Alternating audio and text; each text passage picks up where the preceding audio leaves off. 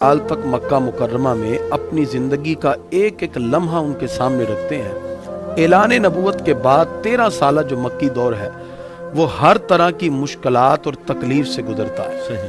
अल्लाह ताला की तरफ से हुक्म हुआ इल्ला तंसुरूहु फक़द नसरहुल्लाह।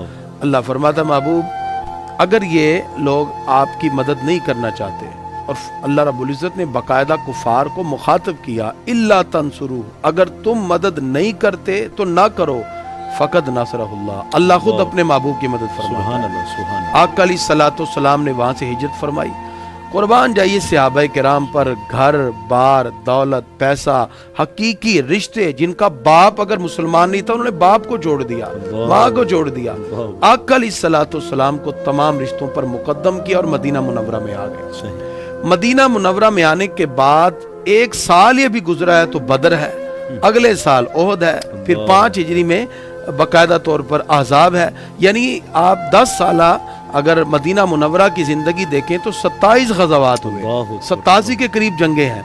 कुफार मक्का ने हमेशा कोशिश की कि आएं और मुसलमानों को सफ़ासी से मिटाने की कोशिश करें, लेकिन आका अलैहिस्सलातु वस्सलाम ने बड़ी खूबसूरत हिकमत अमली के साथ मुसलमानों को जोड़े रखा और इस्लाम की सरबुलंदी के लिए सहाबा शौक़ शहादत और जिहाद का जज्बा लेकर मैदान अमल में उतरते रहे।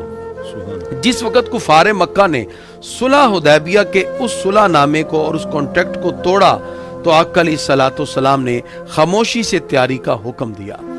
तैयारी के दौरान आका अलैहिस्सलातु वस्सलाम ने किसी को नहीं बताया जाना किधर है। हजरत मौला अली से सरकार ने कहा रोज़े खाक पर एक खातून तुम्हें मिलेगी, उसके पास एक खत है और वो खत मुसलमानों की सारी हरकत को, और जो मुसलमान इस वक्त तैयारी कर रहे हैं इसी नकलो हरकत के बारे में है, तो वो सारी की सारी बातें उसमें लिखी हैं, तुम जाके वो खत उस खातून से ले आओ।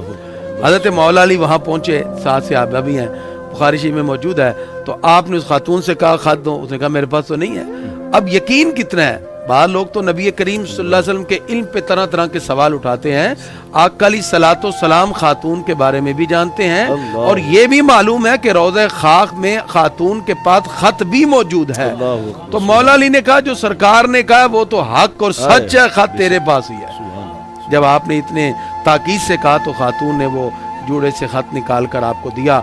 आप वो लेकर आका अलैहिस्सलातु वस्सलाम की बारगाह में हाजिर हुए और नबी करीम सल्लल्लाहु अलैहि वसल्लम ने फिर हातिम बिन अबी बल्ता के लिए मगफिरत का और माफ़ी का ऐलान भी फरमाया। यानी ये इत्तला सरकार किसी